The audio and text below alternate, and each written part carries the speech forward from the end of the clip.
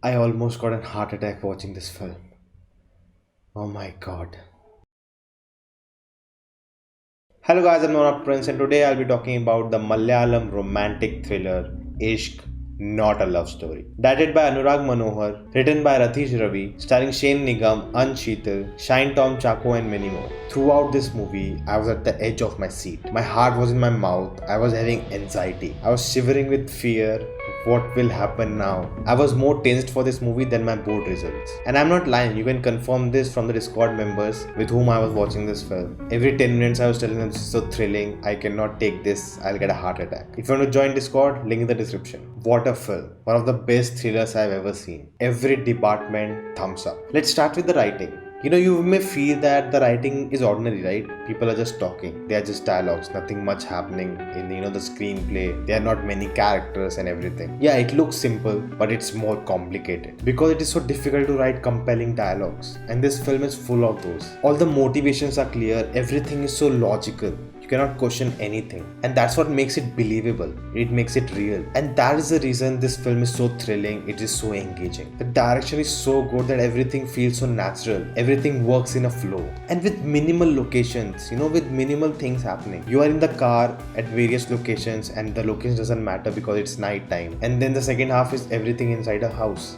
in a room, that's it, and everything happens in just 2 days. So less characters and such a compelling story. Generally people think that if you have more characters it's more difficult to make a film, but that's not true. If you have less characters it's more difficult because you have to make things interesting within a small area with only few characters, and this film just nailed it. Even the car in this film, the red Swift, it is also a character. In the beginning we see so many shots of the car from the outside, from the inside, so many times. I was wondering why they're doing it, but I got to know why they did that, because it's also a character, where each character is sitting. They we come into the camera work, how they shot the car, how we move into the space of the car, from the outside, from the inside. This is particular shots that we see all the characters, but we see Vasudha's face only in the rear view mirror. This circus is all happening around her and only we can see her face. Specifically the lighting, because the whole first half is happening in the night. And coming to the editing, which was so good and so important for this film. Because in every film you want to cut out the sequences which are boring.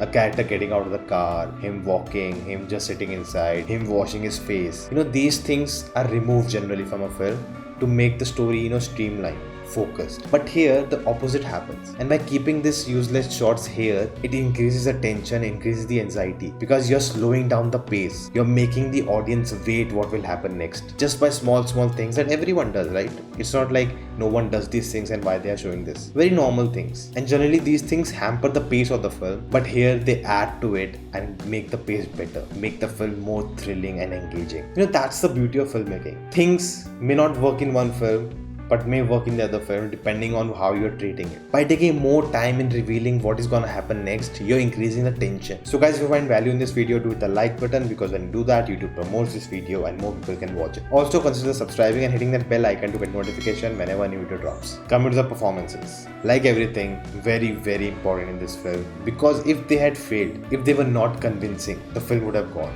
over, because you have to be convincing in these roles. They are real characters. If they feel fake, if they don't feel real, if they don't feel convincing, you lose all the tension, you lose everything. We have to feel that we are with these characters. Imagining that this can happen to us also, that is scary. That is thrilling. That what will I do if I get stuck in this situation? And if the characters are not real, you'll not imagine that at all, and you lose everything. All the emotions are gone. You feel, okay, I'm just watching a movie, nothing else. But the winning stroke for me in the film was that last scene. When she asked him that question, if he did do something to me, would you have left me? That reveals the bigotry nature of Sachi. And you didn't expect that, right? We were thinking, oh, he's the hero, he took the revenge and all of this. But it was not just revenge. What happened to him questioned his masculinity. His ego got hurt. That someone touched his girl, his property, in front of him and he couldn't do anything. This term is used a lot in the film, leftover. And he also feels that way, right? Because he doesn't know what happened. He's constantly asking what happened, what did he do to you? Because he thinks now he has a leftover. She's not pure enough for him now. And after she asked that question, he just smiles, just disregarding this question, as if it doesn't make any sense to him. That scene was just a masterstroke in the film. The thing we should take from this film is that this is a film before anything else. All the social issues, everything it's talking about, it comes later.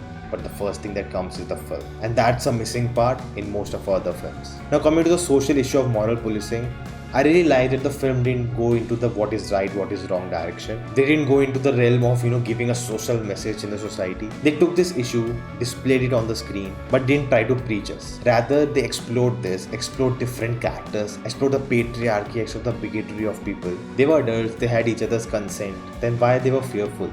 Were they doing something wrong? We have to ask that question, right? How society lay down these unwritten rules for us and we follow them consciously and unconsciously. The way they treated this story, this concept, this issue, I just loved it and it was just an amazing film. So guys, that's it. Thank you for watching. If you like this, hit the thumbs up button, share this video, let me know in the comments your thoughts. If you haven't subscribed yet, check out the videos, and if you like them too, do consider subscribing, and I'll see you next time.